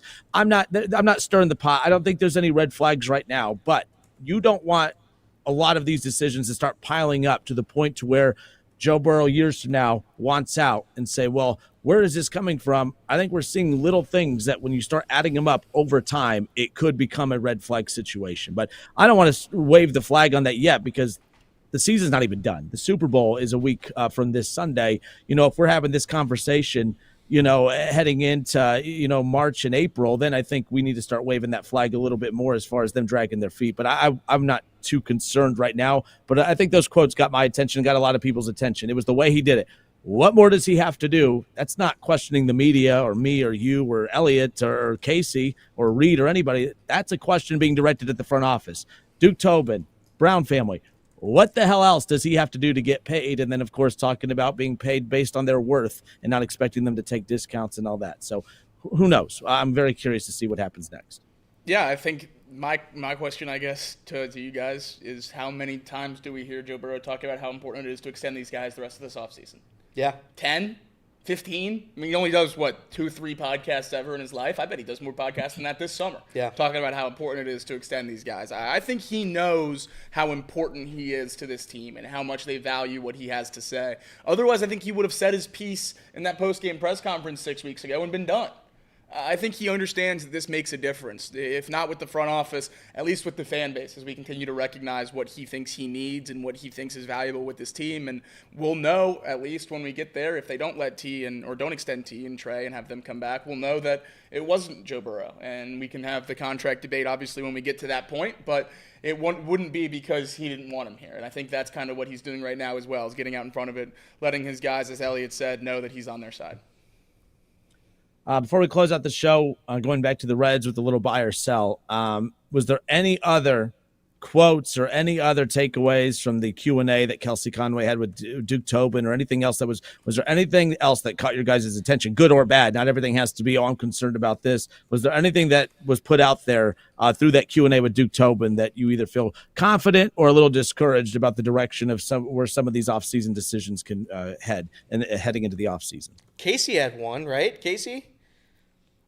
We were talking about the Jermaine Burton thing. Oh yes, and the quote. Do you have the quote, Casey? Yeah, I do have it pulled up. Quote's good. I love this quote. Duke Tobin was asked. Let me see. Where is it at again? Oh, I lost it. You're right. We put you on the spot, Case. It's right here. What has Jermaine Burton done to deserve a spot on the roster? Duke Tobin's immediate response was, "He's done nothing. And he's going to have to start doing something quickly." Fair. Very fair. I would actually argue that Jermaine Burton hasn't done nothing. A nothing rookie is out of the news way more than he was. Yeah. I mean, Jermaine Burton did a lot this season. He did a lot. And none of it was on the field. He did a lot. That one catch. That one catch was cool. He did have the one catch against, it was Kansas City? I think so. I think Kansas City had a 40-yarder. So good for him. I'm excited to see him not play for the Bengals soon. There's a couple other things, too, from that interview with Duke. Like, he's already said that they're going to add to the guard spot, which was interesting. He values the position. They went out and got a new offensive line coach to really help bolster up the interior offensive line play. That was interesting in the interview. There's a couple other neat little tidbits about like Miles Murphy and the secondary and things like that. We probably don't have enough time to go through all of it today, but I would suggest checking it out because there's a lot of neat little information in there, especially little funny bits like the Jermaine Burton quote. That was pretty funny. So I do think the main takeaway from that and the conversation around Burton and talking about a lot of the young guys on this team, I think Duke Tobin and this front office, from the little we heard from them, has faith in a lot of these young guys on this team. And I think that is, kind of confirming what we all thought about why they moved on from Lou, was because he hadn't gotten the talent on this roster to where they believed it should be. And hopefully that's the biggest change that comes this offseason. We talk about it with the Reds nonstop, how it's the guys in the building that have to improve for them to get to where we want to be. It's the same with the Bengals. We can make the additions as much as we want. If Dax Hill, Miles Murphy, DJ Turner, all these guys, Cam Taylor-Britt, all these guys are busts and absolutely terrible, the Bengals can't go get 11, 12 guys. So you got to get those guys up to speed to where you think they're going to be, and I think getting some of them to more familiar and comfortable positions this season is going to be huge for the Bengals. You have Mike Hilton hitting free agency, opening up the slot corner role, which is what Dax Hill predominantly played at Michigan. I think that'll be great for him. You have a conversation this whole offseason about adding another safety, getting Geno Stone back to that third safety role that he played in Baltimore when he was second in the league in interceptions, getting more comfortable for him. I think there's a lot of ways you can shake up this defense to get guys in positions that they're more familiar with and can just raise the floor of the people we already have in the building. All right, fair enough. Off the bench, presented by United Dairy Farmers. I'm sure there'll be plenty more with some of the fallout from these conversations, heading into next week. A lot of Super Bowl talk next week with the Chiefs and the Eagles. I didn't get to catch everything. I know we'll probably spend more time on it next week, but maybe you guys touched on it yesterday. What was the article you shared, Elliot, about the a brother of an official that said the game is rigged? Or what was the flag that they were waving? So what it was, it was Dean Blandino's brother. It was what it was incredible clickbait by the king of clickbait, Mike Florio. They were making fun of anyone that would hypothetically even think that the game would be rigged. Correct. So they brought up Dean Blandino's brother, and Dean Blandino's brother thinks that it's rigged, and that Dean has a NDA to say that the league is operating as usual. But I will say it is. Who knows? Maybe it is. I still think it might be. Fair enough. All right, we'll step away. What's that? I was gonna say we do have 2 super chats. I don't know if you want to do them now. I guess we'll do them now real quick. Yeah. What we got? Eric, $3. Ranch is the greatest condiment. I like ranch. I like ranch a lot, but I am a blue cheese with my wings guy. Really? Yeah. Okay. All right. I think that's just you hit an age where you mature a little bit. Yeah. I found Chipotle ranch. I've recently fallen in love with Chipotle ranch, and I can't get enough. So I'm all about Chipotle. Best ranch in the world, Kickin' Ranch. Extra 50 cents at Jimmy John's. No free ads. Troy Taylor for $5. I don't really understand this, and I'm not really going to read it all. It just says, Wright State doesn't have a guy in history who could be as good as OBI. Who's OBI? Obi? Oh, Obi. Toppin. Okay, Ain't I no see. stopping. I see. So it's a Dayton fan slandering It was a Dayton Kinner. Wright State I got Kinner. First ever Dayton Wright State rivalry super chat and off the bench. But that's what they do. That's what they do. Like I don't think I've ever. What are we doing here? What did I say something today that Wright State's the best team in town? No, Kinner. We say thank you for the money. No, like, yes. Thank you. You just say thank you, Thank Justin. you. Thank you for the money and spell right if you're going to insult people. That's all. But thank you for the money. What do we do? Obi Toppin? No, never mind. We'll be right back. National champion. Oh yes, according to the banners, I like Obi though, so that always pains me. Him and but him and Deron Holmes are 2 of the nicest people you ever meet. But it's the fans that get my blood pressure kind of going up a little bit. But let's stick to it. We'll talk Reds. We'll do a little buy or sell when we come back, and we'll have a college basketball update again. Xavier and Cincinnati have some big games coming up. Sorry, Elliot, didn't mean to bring you down with the Cincy talk, but we'll get to all that when we come back. We're off the bench next.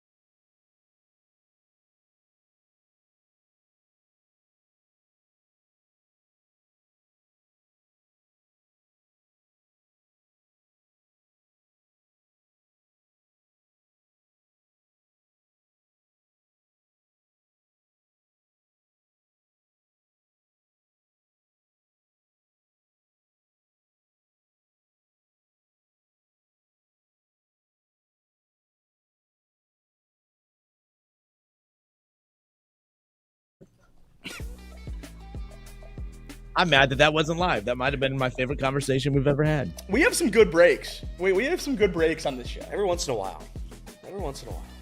Yeah, but we welcome you back. Off the Bench, presented by United Dairy Farmers, Chatterbox Sports on YouTube, ESPN 1410 Wing AM in Dayton. Someone reached out the other day to because Elliot, we talk a lot of Bearcats on the show, and it re-airs in Dayton. Why do you guys always talk Bearcats? How come you're not talking about Dayton? Well, because talking about the fact that we have to talk about the Bearcats underachieving, we don't have time to talk about your team underachieving too. So there's just no room for the Flyers in this conversation as far as that's concerned. So Bearcats in action this coming up weekend. They've lost a few in a row. Elliot, how are we feeling about the Bearcats as they have West Virginia coming up around the corner? I feel terrible. I feel as bad as I can feel. As bad as one could possibly feel about a team. That's what I feel about the Bearcats. I will be at the game with my beautiful father, Tom Rearing, on Sunday. We will be there. If you're there at Fifth Third, come say hi to us. I imagine it'll be a pretty empty arena, but come say hi to us, I guess. Where'd you get seats? Where are you planning on sitting? I would assume 2 different spots. So I was debating on where to sit. I ended up picking we're hidden away in one of the corners. Oh, I gotcha. That's good. Yeah, so no light hits us at all. It's just sadness over there in that corner. But Wes Miller had his press conference yesterday. He had a press conference yesterday. Some of those clips were going out, and I can't watch him. I can't watch him do press conferences anymore. It just breaks my brain. There's some moments. There's some guys like David Bell was kind of like this. Like David Bell just shouldn't speak in front of the media. And it's because all it does is upset people. He doesn't really bring anything. He just says that same monotone voice. I'm not an anti David Bell guy. It's just some people just shouldn't speak in front of the media. Wes Miller is starting to become that for me because it's just we get it. You're pissed. We get it. We all understand how mad you are and upset and angry. We would like some solid answers. And him saying after the game on whatever night that was this week, that the rebounding was improved after getting out rebounded by 20 to a team that doesn't rebound well. It just doesn't work for me. So he keeps saying that he's not paying attention to the noise. He's not going to listen to us. I'm sure he has all of our faces in the locker room. I think, and you can tell me if I'm off base here, I think he's listening to the noise. Yes. I think he's listening to the noise. I think he's listening a little bit. He says he's not on social media during the season. Yep. That's why Then how is he getting the names for the list? I don't know. He says 2 conflicting things. I don't know, but somebody's telling him something. I like when coaches say, "Hey, I think coaches need to do more. Oh, we don't pay attention to social media." I would respect coaches more if they just say, "Look, we see the complaints. We see how upset the fans are. We're just as upset as you. We're doing everything we can to turn this around. Just be patient. We're doing our best, yada, yada." But when they do this whole we don't pay attention to that, all while being pissed at all the criticism, well, how do you know there's criticism if you're not seeing it? It just doesn't make any sense with that. But no, so that's a late one on Sunday. That's a 9 p.m. tip-off on ESPN2, Cincinnati, West Virginia. So you're going to be out late? No, it's at 2 o'clock. It's 2 o'clock in the afternoon. 2 o'clock? Where am I getting this? I'm so sorry. I got my notes mixed up. That is Kentucky and Arkansas. Yes. Interrupt me. I'm tired. Ignore me. My God, I can't talk today. Ignore me. My apologies. No, you'll be fine. That's not a late one. 2 o'clock. That one's on. You said that one's on Sunday too, Kentucky, Arkansas? Or that's Saturday? Saturday night. Saturday night. Okay. Yeah, that's Calipari's returned to up. Yeah, this was one of the UC games I was excited to go to. And I'm not anymore because Tucker DeVries isn't playing. But Tucker DeVries, Darian DeVries, the new coach, and was forward duo there. Won a lot of money on them at Drake over the last couple of years. So I was excited to go see the Mountaineers play, but without Tucker DeVries, I might ride the Cats. There we go. How about that? I might sneak over there and ride the Cats. I wouldn't ride the Cats ever. But yeah, listen. Also, by the way, do you think anybody roots for Kentucky more than Rick Pitino? I think Rick Pitino is the biggest Kentucky fan maybe in the world. Do you if how quickly would he jump ship from St. John's to Kentucky if they opened that job? If they gave him one text? Did he have a shot last year, though? I think so. See, because he would be there. That's what I'm thinking. If Kentucky's AD just sent him a question mark, no other context, just one question mark, you think he says yes? If Kentucky's AD butt dialed Rick Pitino, no answer, hung up, just a missed call on his phone, do you think he's in Rupp Arena within 12 hours? Yeah, I do. Yeah, I do. Yeah, he's the biggest Kentucky fan in the world. Do you think the fans are going to listen to him and be nice to Coach Cal? No. No, I don't. Should they, though? That's the question. Should they give him an ovation? Oh, come on. I think they should. I don't think any fan base ever should be nice to any player or coach that leaves their school. Well, hold on, because he left. He left because he was forced out. I mean, come on. He also was terrible for the last 5 years. There, I wouldn't say terrible. I would say he underachieved. Which, if you want to say that's terrible, that's fine. But it's like I do think when you have the highest expectations of the world, it's difficult to execute on them every single time. Like UConn's won back-to-back national championships. That's unheard of. Yeah. Like it's so drastically more difficult to win a championship in basketball. We all know this. Yeah, for sure. So I think Coach Cal's done an admirable job at keeping Kentucky as relevant as possible, continuing the blue blood tradition with Kentucky. So I do think towards the end maybe it was time to part ways, but it's just like I think he did an admirable job there. Winning a championship, distant number one. Booing a coach that left your college team in a return to a home game, close second. Yeah. In terms of most fun things to do in college sports. I think hating on Coach Cal at Rupp is something these fans have been waiting for a while now. I'm not comparing this. I will never compare Archie Miller to John Calipari, but Archie Miller, of course, with Dayton, all those, those deep NCAA tournament runs. I mean, that was just some peak memories for Flyer fans. And obviously he takes the job at Indiana. He should have taken the job at Indiana. I don't blame him one bit for taking the job at Indiana. It didn't work out for him there. And, he gets let go. He takes the Rhode Island job. So for the first time since leaving Dayton, Rhode Island plays at Dayton last year. And the big debate was, should the Flyer fans boo or cheer and welcome Archie back? And I said they need to cheer him because he left. He's supposed to leave. Now, again, this Calipari thing's a little different because Kentucky, I mean, we'll get there. I had no problem with Archie leaving to take the Indiana job, him coming back. I don't think you cheer him every time his face pops up. I don't think every time you see him moving forward, you cheer him. But his first time back, I think you show the respect of everything that he did for that program to put them in position to get this new looking arena and everything that they did. For Calipari, he won that program a national championship. And I think a lot of Kentucky fans wanted him to move on anyways. All the Kentucky fans were tired of John Calipari. So then he leaves, and then they're mad that he leaves. That doesn't make any sense. I do think it would help if he didn't leave for a school in the SEC. I think that's the problem too. I think if he would have taken the UCLA job a few years ago, I don't think feelings are hurt as much. But I do think that leaving for a school in the SEC plays a bigger role in that than anything. You don't think the chicken money helps Kentucky fans swallow it a little easier? I mean, they slapped those logos on the court this year because they gave Cal so much money. So, yeah, shout out Tyson Chicken. But is that the funniest two main NIL donors for any college to potentially have? Tyson Chicken and Walmart, yeah, and so. Bill Clinton third. Seeing the Tyson on the court's very funny. It's very funny. Off the bench, presented by United Dairy Farmers. So the Bearcats, my notes are all backwards. My apologies. Bearcats welcome in West Virginia. That's a 2:00 tip-off coming up this weekend. Xavier will be in action next Tuesday. They're going to be taking on Georgetown. They had a tough loss against Creighton the other night. Right now, by the way, speaking of buy or sell, I know we wanted to throw some Reds ones out there, but buy or sell a rematch between Xavier and Cincinnati in the NIT this year. Could you see these two teams running one? I think that would require Xavier to miss the tournament. Yeah, I don't think so. I think I'm going to sell because I think Xavier's going to make the tournament. I think so too. I think Xavier's got enough in them. They're a bubble team right now. They're on the bubble. I think they could win out. So winning out definitely puts them in. It can't happen. But it could. It could happen if Xavier, and as long as Xavier doesn't lose in the first round of the Big East, I do think that there's a solid chance they make the tournament. And I think they're good, assuming Fremantle stays healthy and everybody stays healthy.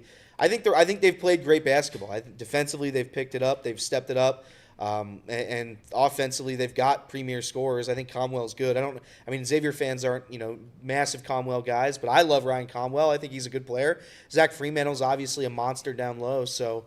I think Xavier's good. I think Xavier's going to make the tournament. Especially because they lost to UC this year too. I just think there's something about that crosstown shootout.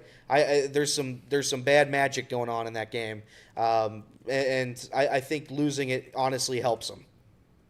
I think Cincy will either play Dayton or Xavier in the NIT. I agree with you about Xavier. I'm not out on Xavier making the tournament, but it seems like. Them being a bubble team, if they drop and get, the margin for error of them for them is so slim moving forward. But yeah, I could see a rematch for your old Bearcats in the NIT, unless the things keep. They can play themselves out of the NIT if they keep it up, though. Xavier wins out in the regular season. UC wins the Big East or Big 12 tournament. That would be fun. Now you're playing in the real thing. That would be fun. I would love to see a UC. That would break this city. A UC Xavier tournament game. They would never allow it unless it was in the Final Four We would have to be championship. in the Final Four. But it's just like, man, that would break this city. That would break my spirit, is what it would do. Because Xavier would win it, and it would just break me. As of right now, the number 1 and number 2 seed overall are Alabama and Auburn. Well, Auburn and Alabama. Just How about that? little nugget. Never been ranked in the top 5 together. Currently the 1 and 2 seed. All right, we wrap it up on the radio side. So, again, that 9 p.m. tip-off on ESPN2 I was talking about earlier, like I said, that's the Kentucky game. That's Calipari's return to Rupp. He's getting booed. Are we all agreeing on that? Is he not should or, should he or should not he be booed? Like, he's going to get booed, right? Ruthlessly. I'll put it top preemptive ranking, top 7 booing of all time for any coach in a return. Stafford shouldn't have been booed. This guy shouldn't be booed. Brian Kelly. No, Stafford shouldn't have been booed, but good on those fans for making fun of his kids. And with that, have a great weekend, everybody. This has been Off the Bench on 1410 ESPN Radio and Chatterbox Sports on YouTube. Have a good weekend. We'll do it again on Monday.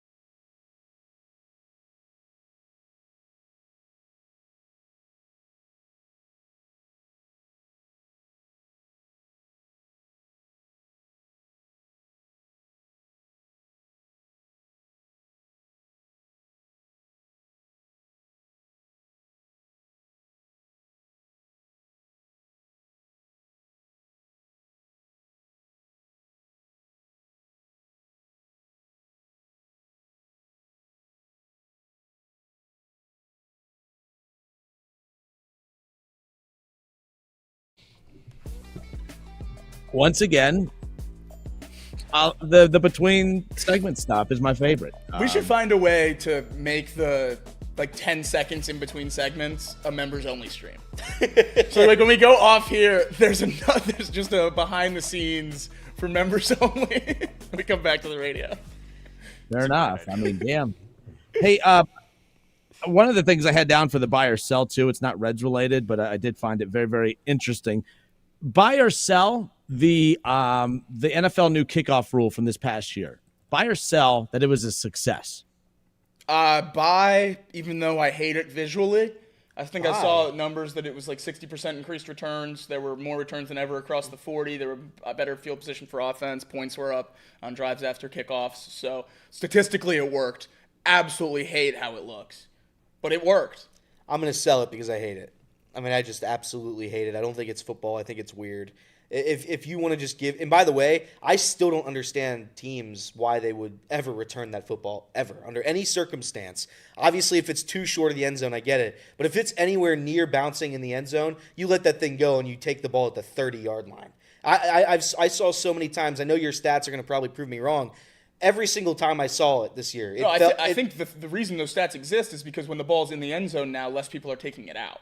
So it's the returns are the ones from in front of the end zone, which are giving them better field position, which is why it's like they're picking these stats that I don't think are necessarily telling you the full story of the kickoff. Because 30-yard line, you're never returning that out of the end zone, at least mathematically. No. My thing is, like, even if it's at the 5, let it bounce in the end zone and go take a knee. But you only get it at the 25. What do you mean? If it hits in the landing zone, you don't get it at the 30. Still, honest to God, I would still take it because it's just like it doesn't make any sense to risk fumbles. You saw what happened this past weekend in the NFL. It's just like it's such a big risk that there's no way I would ever try it. Yeah, and by the way, I don't think it was how many touchdowns happened? I feel like there weren't that many. So here, find it in a second. Look that up, Jake, because that tweet you were referring to, this just blew me away when I saw this because I was like, no, there's no way. There's no way that was a success. I just thought it was the most pointless thing ever. But I don't think a lot of the changes were made to appease fans. I think there was some stuff that they were trying to accomplish with this, and I guess they technically accomplished that. So the dynamic kickoffs are here to stay. NFL Executive Vice President Jeff Miller says that the new kickoff rule led to a 57% increase in returns. This is my favorite one right here. The average starting field position improved by several yards. Not even several yards. Yeah, that's how it's worded here. The average starting field position improved by several yards. How about that? More touchdowns. It doesn't say how many. I know Jake's looking that up. More returns past the 40-yard line. And then the one that I think sold everybody, whether we agree with it or not, the lower injury rate. So yeah, I think that's going to be the big talking point right there. But yeah, as far from a fan perspective, I think if you took a fan approval rating vote, I think that's going to be super low. I think fans think it's absolutely ridiculous. But the NFL put this in place to accomplish other goals outside of appeasing fans. Therefore, it's here to stay, unfortunately. 7 kick return touchdowns this year. 7 kick return touchdowns this year compared to just 4 last year. By the way, the Bengals are one of those against Cleveland. Charlie Jones. That was the Deshaun. That's the game he got hurt, right? It is. Yeah. The first time. Well, history. The first time, yes. The third time, the fourth time. I mean, damn. Well, just the first time he ruptured his Achilles in the calendar year 2024. Correct. Because there was, if I had a nickel for every time Deshaun Watson ruptured his Achilles in 2024, I'd have 2 nickels. It's weird it happened twice. 10 cents. Gotta love it. But hey, that ruptured Achilles might help save the Browns, save some money. So. That's the craziest thing. I saw people trying to dunk on Browns fans right after it happened, but you had mentioned that before, that an injury, if he went outside of the team doctor's regimen or whatever, could save you guys some money. So maybe an all-around win. You remember that so TikTok? Crazy to me. You remember? So when the Browns are getting their ass kicked in that final week of the regular season, they're whatever they're getting their ass kicked. Everyone's just pissed off. And then they, that very day in the middle of the game, Deshaun posts something on Instagram, him and his girl on the side of the road, just kind of dancing or whatever on TikTok and Instagram. And he doesn't have his boot on. And you have to keep the walking boot on. And he did not have it on in the video. And that TikTok that everyone ripped might actually be what saves the Browns from that contract. Now, it's not as clean as what you guys would think, because I think the dead cap wouldn't go anywhere, but it would save the guarantee. So you're still up against the dead cap, but either way. Let me ask you guys this. We're back, baby. We're back. Yeah, you are back. You are back, aren't you? Oh, super chat. More right state slander. $20 super chat from Rolf. He loves super chat. Where is the call-in line? I want to vent about these nation media bozos spewing fake news about the Bengals. I will say they talked more about the Bengals yesterday, and I feel like they've talked about the Bengals ever regarding the Trey Hendrickson and T. Higgins stuff. So I don't know. I think we're going to be a top 3 most talked about team this offseason nationally. I take that. Not good. Not in a good thing. That super chat. Awesome. Thank you for that. So he wants like a call-in line. Didn't we used to have one? I know, like you used to have a call-in line. Casey, where's our call-in line? We may not have it today. Tell that down. It's down at the moment. Who sent in that $20? Michael Rolfe. All right. Well, I can't promise it'll be up by, but we'll at least discuss it behind the scenes and see what we can do. I don't want to put pressure on Casey or anyone. I'm just saying, we'll at least see what we can do. I don't know if the call-in line's a good idea for you, Kenner. Kenner, I'm going to be honest. The reason I haven't even thrown this idea out is because I would think that you're going to get quite a few trolls. I do think you're going to get quite a few trolls to call in here. And I think Casey would do a bit while screening these callers and let a few through. Well, if you remember, here's the deal. Casey Here's the deal. We can do this, but he just sent in $20. Okay, if you send in a super chat, we'll put in a dollar amount on it. You can call in and say whatever the hell you want to me after the radio segments. I don't hate that. Within reason. Within reason, of course. No. Within reason. I don't think unleash it. I don't think you can walk it back. My wife, my mom, my family. Jeez Louise. Maybe I have a little bit more faith in our chat than you do, and that might be fair. But no, and that's fair. That's fair for you to think that. I did not even that never crossed my mind. For a you send in a super chat, and we will message you the number, whatever. Like it will Drew Garrison's in the chat today. Shout out Drew Garrison, the GOAT. What up, Drew? Drew, are you still mad at me? Drew, hope you're doing well. He might be. Drew said, I remember one time during COVID baseball, a guy called Kenner's show and started cussing up a storm live on air. It sounds about right. I just don't remember which time. Ask Drew, was it at me? Was he cussing at me? Did I piss him off? What was it about? That I don't know. There was a guy that called in. No, I can't bring that one up. Never mind. Nice. Yeah. Radio callers are crazy. Screening calls for the other radio station that I used to work at. That it was still one of the craziest jobs, especially when I ever did like a political show, because the callers would call in and they'd be like, "Why are you're defending everybody? You're doing this," and it's like, "What are you talking about? I'm a producer, guy. I make $10 an hour. Why don't we chill out?" Yeah, the callers could be interesting, especially during the season, during the NFL season. That's usually when they're the most agitated, I guess. Yeah, Drew said he was talking about Sonny Gray, and I can't say what he said, but God dang, what is he? It might have been Shaw. It might have been Shaw. No, it wouldn't have been Shaw. No, Shaw's a good man. He would never cuss on radio. Shaw told us that he's only said like SH. I think he's only said SH on it. I got it. I pissed him off one day pretty good. He dropped the F-bomb. We had to suspend him for like 2 months. You put that feather in your cap? What's funny, a lot of it is about this Ohio State-Michigan stuff that he was adamant I was wrong about, and the more and more stuff comes out, it's kind of like I feel pretty good. I feel pretty good about it, to be honest. Like, yeah, but the F-bomb has been dropped once. Michael Rolfe, another $10 super chat. Jeez Louise, man. Michael Rolfe, another $10 super chat. Open the call-in floodgates. I'll be nice to Kenner. He seems like a good dude. He just is slightly more tolerant of misery than us Bengals fans as a Browns fan. I like this guy. $30 today, and he said something nice about me. We got to get this call-in line. I want to, make the people happy. How about that? Michael Rolfe's the best of us. We've known this for a while. Yes. Michael Rolfe is donate the right word? Yeah. Michael Rolfe has given more money to Chatterbox than I think any other person has in the history of this company. Drew Garrison's probably number 2. Drew Garrison gave a lot to Off the Bench a couple years ago. So we got 2 guys right now in the chat that are legends. I was going to say something. I just forgot it. I went off on a tangent. No. I got it. Okay. Kenner, next week, you know what we should do, Kenner?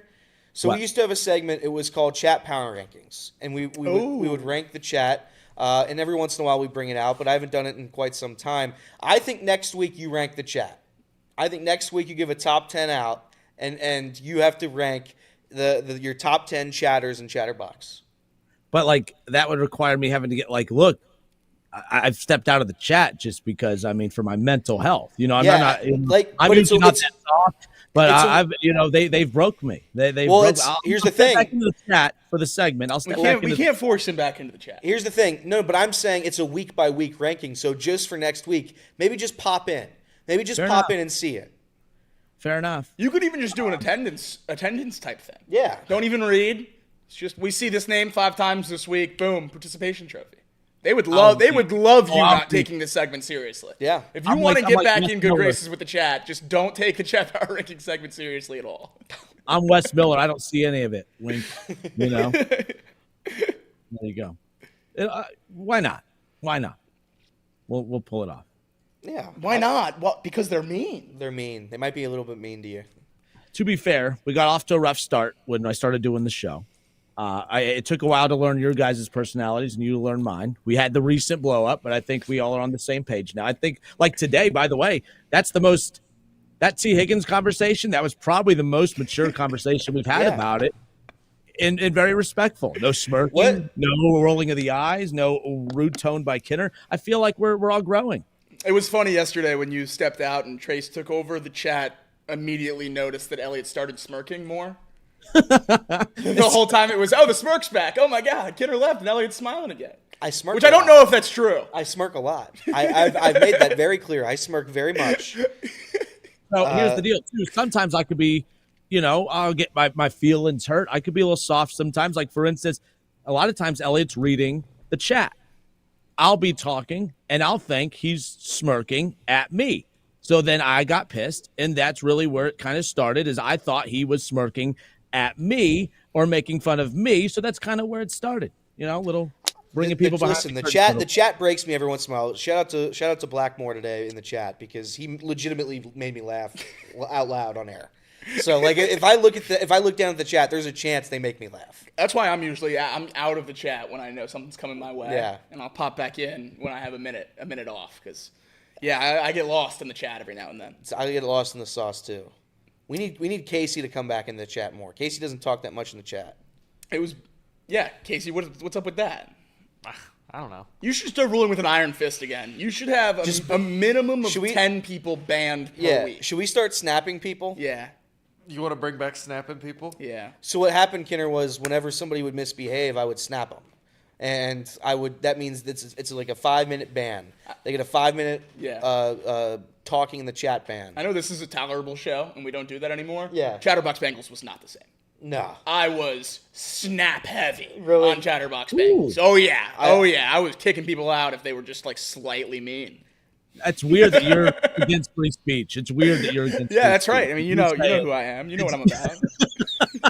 Mr. Mo said my goal is to always make Elliot or Jacob laugh in the chat. And listen, they do a really good. They're successful majority of the time. They do a really good job of getting us to break. Matt Bailey says, "What happened to sports talk?" This is sports. We're off radio. We're at Friday, and to be quite honest, we're waiting for the Super Bowl week. By the way, actually, we did this last year. Can we? And we can't say that, right? Oh, you can't say it? It's the big game. The big game. You're not allowed to say it on radio. You're allowed to say it on the radio, right? We could say it. We can't use it in promos. Like, tune in this weekend for our Super Bowl watch party. We can't say anything like that. I'm going to try my darndest to not say Super Bowl next week. Okay, I'll try to. Let's block it out like the M on Michigan week. Like, Casey, can I just make your work week like twice as long? Can we say Super Bowl a ton and you bleep it out every time? I'll just start adding a button where it just... That would be so funny. Super bleep 55 times during the show. I did notice we got through the week Friday. We're wrapping up now, 11:55. We didn't do our Jake Paul versus Logan Paul boxing match segment. So are we saving that for Monday, or are we pushing that down the line toward after Super Bowl week? Because I'll never watch another Jake Paul fight again. That was it. I gave him one, and it was terrible. Monday. I do want to discuss. Oh, no. Okay. I'm always like, I'll always tune in and always be pissed, and then I'll tune in again next week. But Elliot's not I like that it's wrong. on Max. I like that it's free. I'm really curious how they're going to dupe us. How are they going to dupe us this time? I saw someone put it out there. Is this just a Super Bowl commercial? Is there a chance that it's a Super Bowl commercial for like Prime or something? It could be. Is it on Netflix? It's on Max. Okay. So if and it's on it has Netflix, a date, which makes me think it's real. Because I thought it was going to tie in with WWE being on Netflix, and Logan Paul is like a full-time WWE wrestler now, so I thought it was going to tie in with that. But if it's on Max, that probably won't be as big a tie-in. I don't know. But I got to go jump on to another meeting. So all right, we'll box up some lunches for the members here in a little bit. Yeah, box up in about 10 minutes or so. So we'll see everybody there. Have a good weekend, Kenner. You guys as well. Have a good weekend. Bye, Talk to you guys Justin. next week. Yep. Can't wait to talk about the big game. Big game.